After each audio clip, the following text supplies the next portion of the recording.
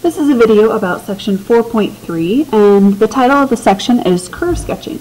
So essentially in this section we're not going to learn anything new in terms of calculus or mathematics. We're going to utilize everything that we learned in 4.2 about intervals of increase and decrease and concavity and inflection points and local extrema. We're going to utilize all of that to take the equation of a function and graph it from scratch. So one thing you should know is that a lot of times intercepts and local mins and things like that are decimals, and so in this section we will be using a calculator to help us graph as well as to calculate some things. The two examples that I've chosen to work for you actually don't require a calculator, but if you're allowed to use it at one point in time, then you might as well just use it for everything. So another thing that you just would want to be aware of is the fact that on campus, if we were teaching this course, we would ask students to do this section without a calculator, and specifically on the exam we would do that.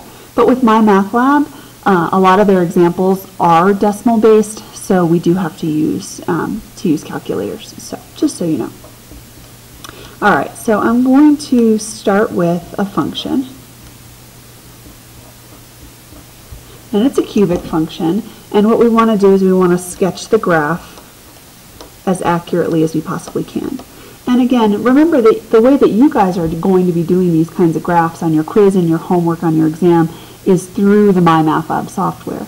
So the graphing is a little less by hand here and more just choosing an option. But some of the prompts will ask you to define a lot of the important pieces of the graph. So again, just using your knowledge from section 4.2, you'll have to be able to find all sorts of things about this graph. Also, if you look at the PowerPoint for this section that I've got posted this week, I think there are like 10 different suggestions of things that you can do in order to get a graph. You can test for symmetry, you can find intercepts and asymptotes and extrema and things like that.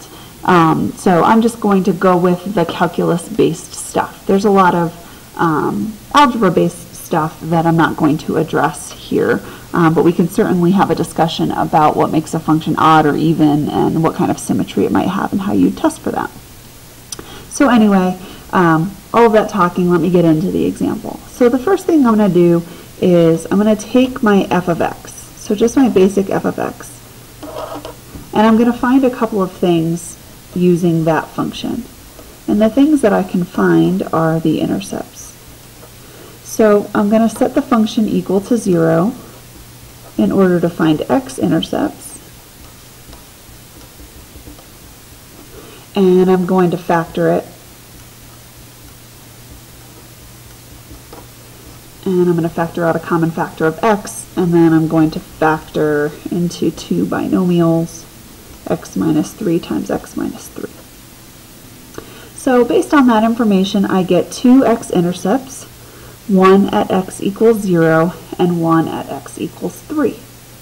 So that gives me 2 points that are actually going to be on the graph of this function, and that's always helpful when you're trying to graph it, if you know some points that you can plot.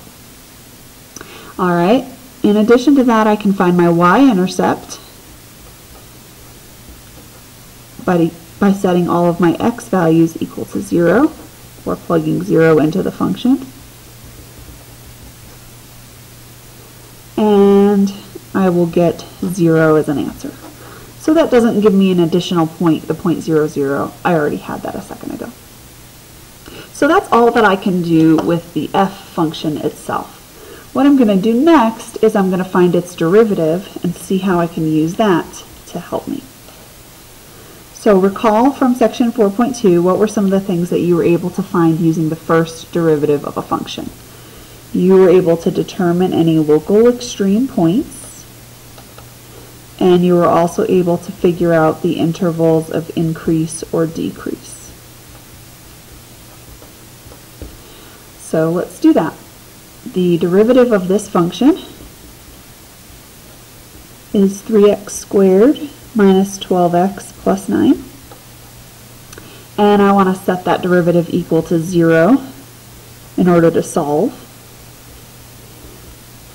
And this is factorable, but first I'm going to reduce everything down by a factor of 3 by factoring that out.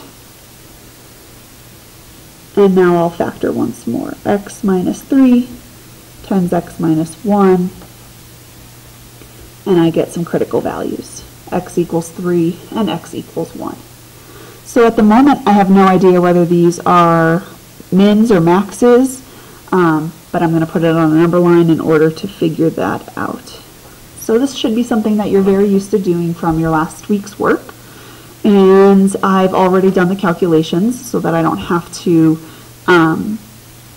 show you every little arithmetic step. But remember that what I'm doing is I'm taking, whoops, sorry, that's not my test value. Let's say 0 is my test value. I'm taking my test value from this interval and I'm plugging it into my derivative, and it looks like I get a positive result there. And I think I chose 2 for my test value in that middle interval, and there I got a negative x value. And then I chose 4 for my test value in the third interval, and that one came up positive. Alright, so I've got positive, then negative, then positive. Let's come up with some conclusions based on all of that. So I've got a local min, and I've got a local max, and I also have some intervals of increase and decrease that I need to define. So at 1, or around 1, it starts off increasing, and then once it hits 1, it changes to decreasing. So if that happens, I'm increasing, and then I change to decreasing, I'm going to hit a local max. So I get a local max at x equals 1, and we also need to figure out what f of 1 is. Remember, this time we're going back to the original function f. We're no longer using f prime, and I've already calculated that. It comes out to be 4. Here at 3, I'm decreasing, and then I start to increase, and so that gives me a local min at 3. Once again, I need to figure out what the y value is by taking 3 and plugging it into the original function, and it turns out that that's 0, which is the same as one of the intercepts that we found earlier. Alright, keep this moving. Let's see what our second derivative can tell us. Okay, so from the last section, we found out that the second derivative can determine some inflection points.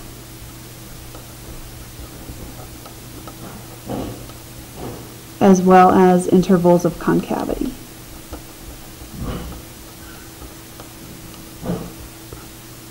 So let's find that second derivative, and let's use the second derivative test to find some of these things. My second derivative is 6x minus 12. Let's of course set it equal to 0 and solve. And we'll get a value of x equals 2. So on my number line here, I'm only going to have one possible inflection point, and I'm going to pick some test values in order to determine if it actually is an inflection point.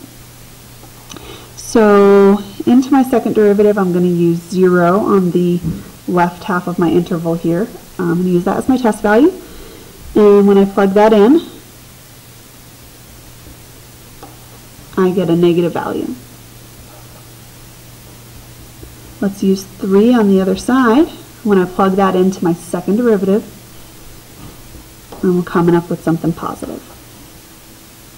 So based on the fact that at the value of x equals 2, we've got to change from negative to positive, that tells us that we do have an inflection point at x equals 2.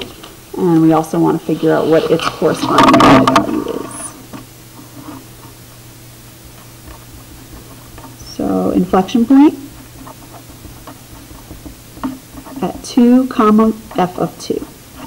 So once again, in order to get that y value, I need to go back to f.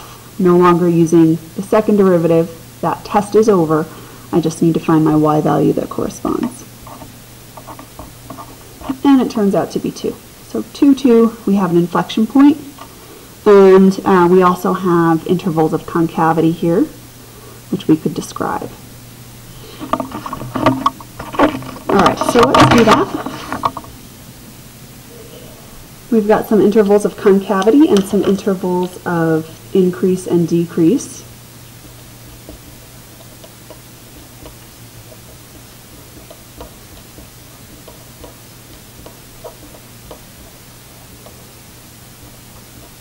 So intervals of concave up, concave down, increase and decrease. If I actually take my two number lines and merge them together, I can draw one on top of the other. So this was my second derivative from my second derivative test, and this is my first derivative. So each had some different values. I had 1 and 3 as my critical values in my first interval, or my first derivative. In my second derivative I had 2. And I came up with positive, negative, positive, and then here I had negative, positive. So we can put all of that together in order to describe our intervals of increase and decrease, and it especially helps when we're trying to graph the entire thing, which is what I'm going to do now.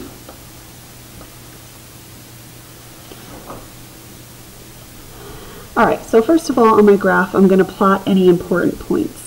And we had intercepts at 0, 0 and at 3, 0. I also had a local minimum at 3, 0 and a local maximum at 1, 4. And then additionally I had an inflection point at 2, 2. Okay, so we've got to keep track of everything that we have. So we've got a max, a min, an inflection point, and then an intercept. Alright, now we've got to try to connect those points and create the appropriate curve here.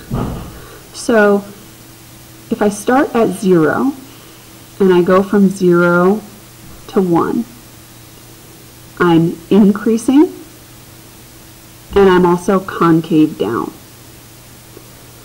So that would look like that. Between 1 and 2, I'm decreasing and I'm also concave down. Between 2 and 3, I'm decreasing still, but my concavity changes to concave up, which is kind of hard to show. At the value 3, remember I had a local min, and after 3 I'm increasing and I'm also concave up. So putting all of those things together, we get this graph. And we can use our graphing calculators to check, and I've already typed it in. And if we take a look at the graph of the function on the calculator versus what we did by hand, they match. So that's the idea here, putting all the different pieces together in order to create a complete graph. Alright, the only other thing I want to do in this section is take a look at an example that has some asymptotes, because that always causes some different things to happen. So there's the end of my first example. Let's move on to another.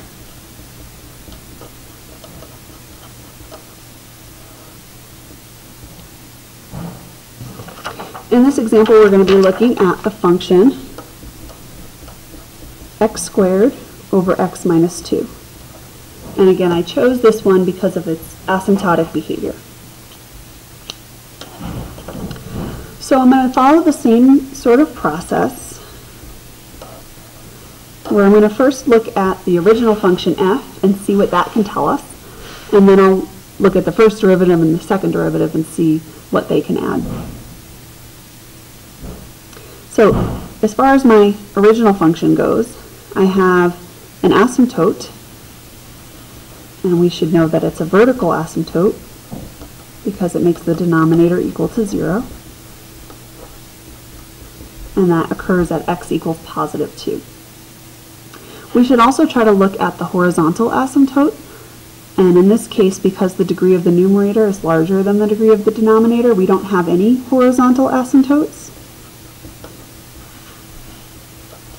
But we do have an oblique or a slant asymptote, as it's often called. And we can figure out the equation of that oblique asymptote by dividing our numerator by our denominator. And so I'm going to pause